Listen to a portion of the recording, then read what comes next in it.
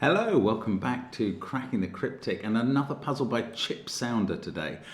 Chip featured on the channel a while ago. I don't know if Chip Sounder specialises, is the word I'm looking for, specialises in 6x6 puzzles. I have a feeling that maybe he does, but I might be wrong about that.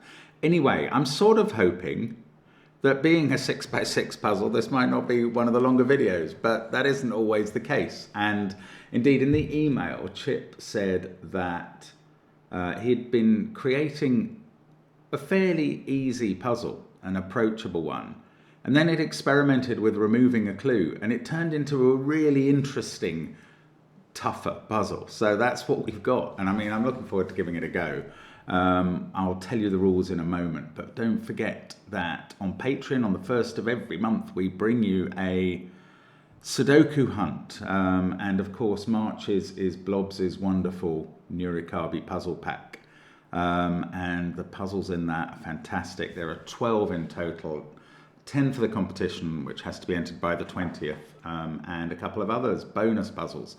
So do check that out. There's loads of content on Patreon, including my monthly club special crossword solve. That's such a hard puzzle. This month's was by Monk. It was vicious.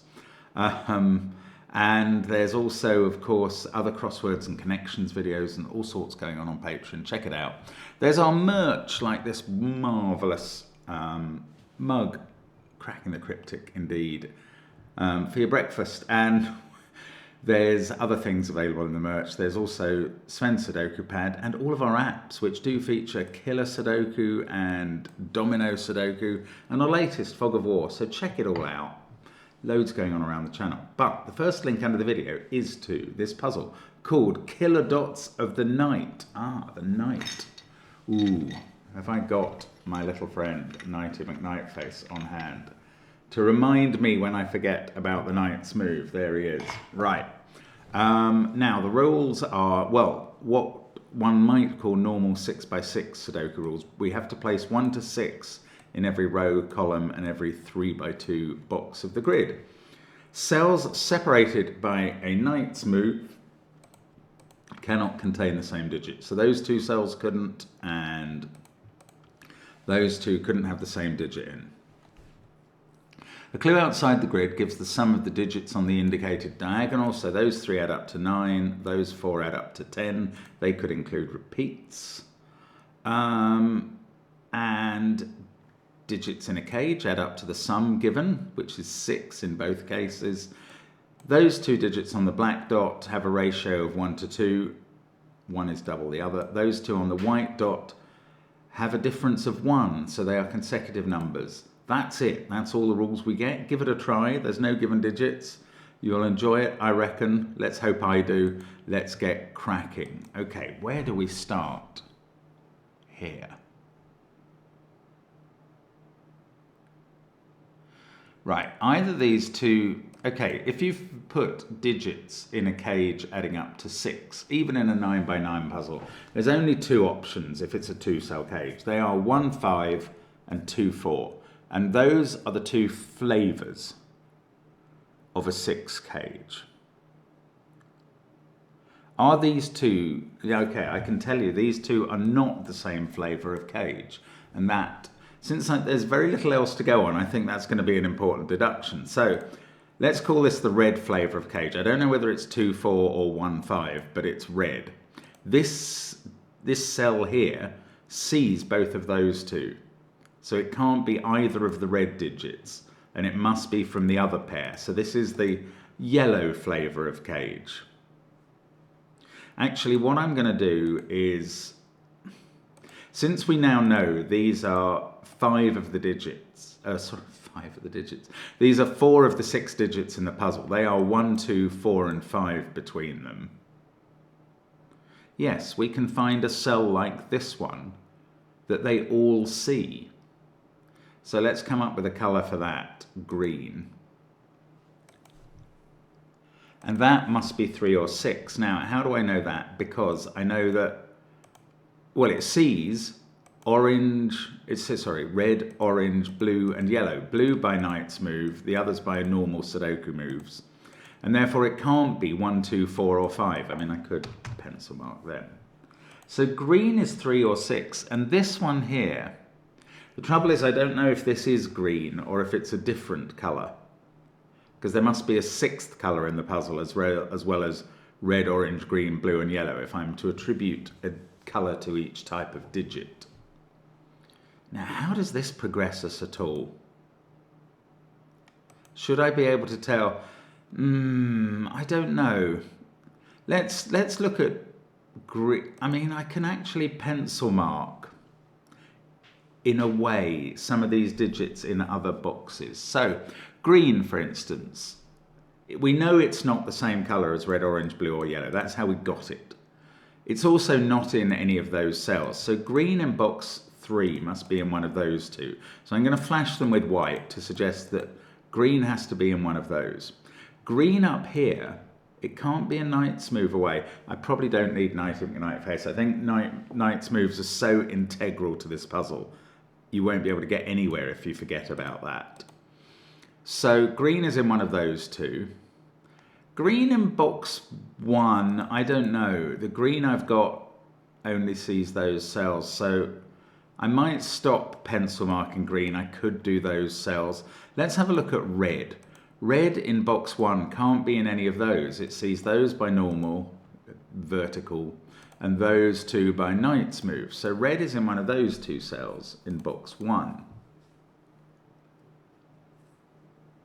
And red in box 5 can't be in any of those for the same reasons. So there's a sort of red X-wing. That red cell also sees all of these. So now red is in one of those two. And in row 5, red can't be here or here. It's clearly not the same as blue or yellow. We've established that thanks to the cages. So that is a weird X-wing of red. And basically, there's only going to be one place left to put red in column 4, and it's here. So just to check that, this cell sees all of those ones. Where red has to be in box 6 sees that cell, and this one's yellow, and we've demonstrated that that's not red. So we get to put red in there, and then we don't get to resolve it in this little 2 by 2. There are 2 reds there. Okay, let's try the same again for orange. That digit, that cell, sees those 4 in box 1. So orange in box 1 is in one of those two. Orange in box 4 is in one of those two because this one sees all of those. Then it's a bit less certain down here, so maybe that's not great. Let's try blue. I don't really know what's going to yield anything. I do also realize that I'm getting reminded. Sorry, blue can't be in this box in those positions or in this box in those. Remember the knight's move all the time. I'm reminded there's a theorem or a truth about 6 by 6 puzzles with knight's moves. And I learnt about it long ago doing a puzzle in which parity was really important. I don't think it's a truth about parity though. If those 3 cells, no, look at those 3 cells. Where do the contents of those 3 cells go in this box? And the answer for those 3 cells is they can't go there because they all see it. That one vertically and those 2 by knight's moves. That one sees it by a knight's, So they can't, I've just explained why they can't go there. Those 3 cells also can't go here because they all see it. Again, you can check that out with each one, but they also see that cell. So the contents of those 3 cells must therefore be in these 3 cells in box 4. And by the same mechanism, because it's exactly the same shape, this sort of mountain shape, they can't appear in these cells and do appear in another mountain shape there. And I think this propagates across the whole grid. And you end up with a sort of checkerboard effect of 3 of the digits. Now, it does not have to be the even digits, although it can be. Anyway, I was looking at blue. Now, thinking about exactly what I've just described, positions for blue in box 3, sorry, rule blue out from sitting here or here or here. Because blue is in one of those positions, it's absolutely ruled out from those. The blue that we have in row 5, column 3 stops that being blue, and we're left with these two positions, which mean blue and orange definitely share those two cells. They are a pair in those two. Now, I don't know what blue and orange are. I know one of them's from the 1-5 set, one of them's from the 2-4 set, but the very fact that we've ruled out cells might be interesting for other colours. Although I was just wondering if it means I can place green somewhere. It doesn't. Let's just carry on though. So orange now, I know it can't be in those cells. Okay. I think there's a good reason it can't be there, but I'm not going to go into that. That might be complicated. Oh, I was doing blue. Let's go to yellow next. Maybe. I'm just checking blue in box 4 and box 2. Yeah, let's go to yellow. That yellow digit sees all of these cells. So yellow in box 4 is in one of those two. It also sees all of these. So now yellow and red are sharing two cells here. Now, I want to say, oh, let's go up here. Let's go to box 2. That yellow says this is not yellow. These two both see that cell. Wherever yellow is in box 4, it can't be here, either because of the Knight's Move or ordinary Sudoku. And the same is true for that cell. So yellow shares space with green up there. And those aren't great colours, I know. Let me change green for the colourblind to grey. So green has become grey. Now, yellow got confined a bit there. Ah. Those two positions for yellow rule out this from being yellow. So now yellow is in one of those three. And because of the sort of mountain chart that we worked out before, now it cannot be here because it's in one of those three and none of them will permit yellow to be here. Yellow can't be here because of the yellow we've got. So yellow now shares space with grey in those two cells. And in column 2, where does yellow go? Not in box 5, not in box 3, not there because that is either blue or orange. So it goes here. And that sorts out yellow in box 2. It's probably going to do all the yellows in the puzzle. It is. No, it's not. It's not going to do this X-wing. It's going to do those two though. And now we've got 2 yellows on the 10 diagonal. Let's just have a look at grey first. I can place grey in this column. Grey there and grey there. Knight's Move says grey can't be here, so that's grey. That sees all of these cells, so one of these two is grey, but I know which one because grey in one of those two stops that being grey. This is how the Knight's Move works all round a puzzle. It's really interesting. That grey sees that cell, so grey's in one of those two along with red. And what colour goes in here? The 6th colour. Have I even got the 6th colour in this puzzle? That's so weird. I haven't. Well, given the palette I'm working with at the moment, I'm going to go with green again. Sorry. If that's a colour blindness problem for you with yellow and green, or, well, okay, can I choose a greener green? How about that one?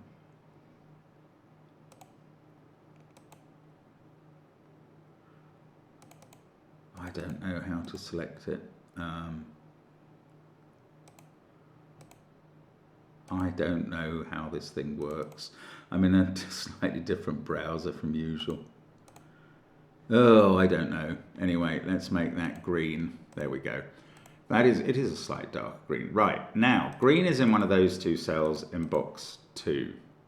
They both see that one. So now green is in one of those two. The only place left for green in box 3, because that's a yellow-grey pair, those are red and orange. Green has to be in one of these two along with blue. And definitely, yes, I've got these two cells left in box 5 for green and orange, so that's a pair. I'm getting totally different pairs everywhere. Red and grey, yellow and red, green and orange, green and blue, blue and orange. That's weird. Anyway, along this bottom row, there is a 6th colour. I don't know.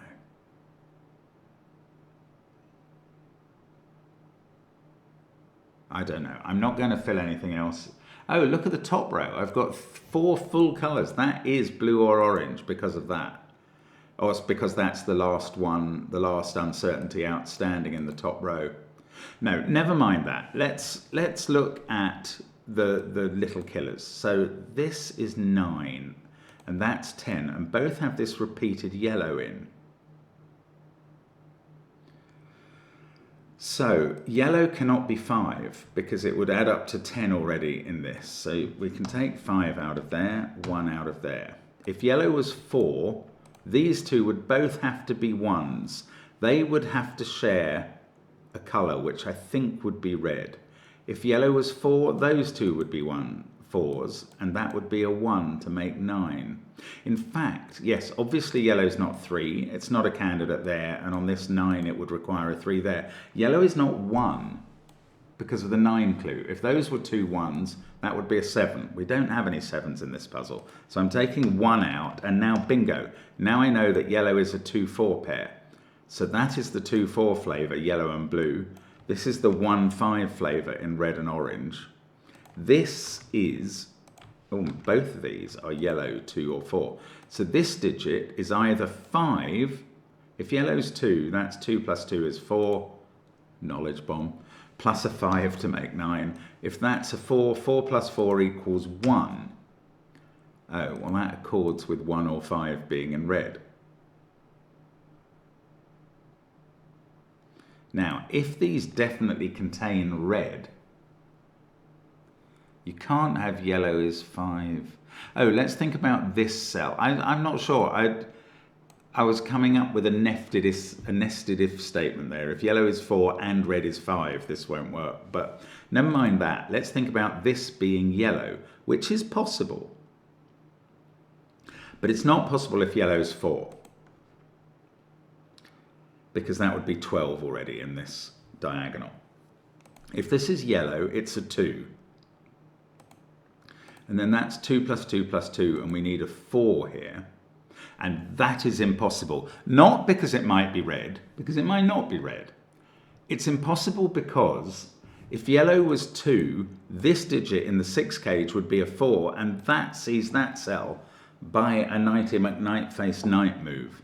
So yellow cannot, no, this cannot, I was going to say yellow cannot be 2. That's not what I proved. What I proved is that this cell, row 6, column 3, cannot be yellow because a 4 would be broken immediately and a 2 would break because that would be impossible. So this cell is not yellow. And that is going to unwind a lot of stuff. So we know where yellow is there and here. This red rules out red from there and grey from there. Now, I was going to say we can finish off grey. We have finished off grey. We've got all 6 grey cells. This red is looking at that cell which can't be red anymore. So those two are definitely red and that one is definitely not. Oh, and now we can look back. Oh, that's lovely. We can look at this 10 diagonal and say it's 2 yellows and 2 reds. And therefore yellow plus red equals 5, so that 2 lots equal 10. This red is now 1 or 3. And look, there's obviously only one overlap between 1 or 5 there in red and 1 or 3 there. So suddenly red is 1. We might be on the verge of finishing this puzzle very fast now from this point. I mean, I'm not saying I've finished it fast. Now that 1, both for the 9 and the 10, we can see that yellow has become 4. That means in the 6 cage blue becomes 2. Oh, I only have one definite blue digit in the puzzle. This orange becomes 5, so those two are 5s. Grey is always 3 or 6. And now we've got the black dot. Okay, I don't know whether this is green or not, but I do know it's a 2. 8 is not an available digit in 6x6 normal rules. So that 2 goes here, that goes here. We can finish off all the 2s in the grid. There they are. 2 was blue, so let's highlight that lot and make them all blue. Take the blue out of those cells, which are now, oh, in one case green and in one case orange. But that is going to finish the colouring in the puzzle. The whole puzzle? Yeah, I think so. Green, that one is now not orange, so it's green. We need a green in column 5. This is not blue, it's orange. This is orange. There's all the colouring done. I can fill in orange as a 5 everywhere.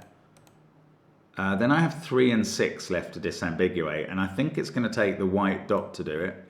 So grey becomes a 6 everywhere, and green, which doesn't appear on any diagonal or in any cage or on any dot, must be the last digit we do, and is a 3. And that is Killer Dots of the Night by Chip Sounder. What an excellent puzzle.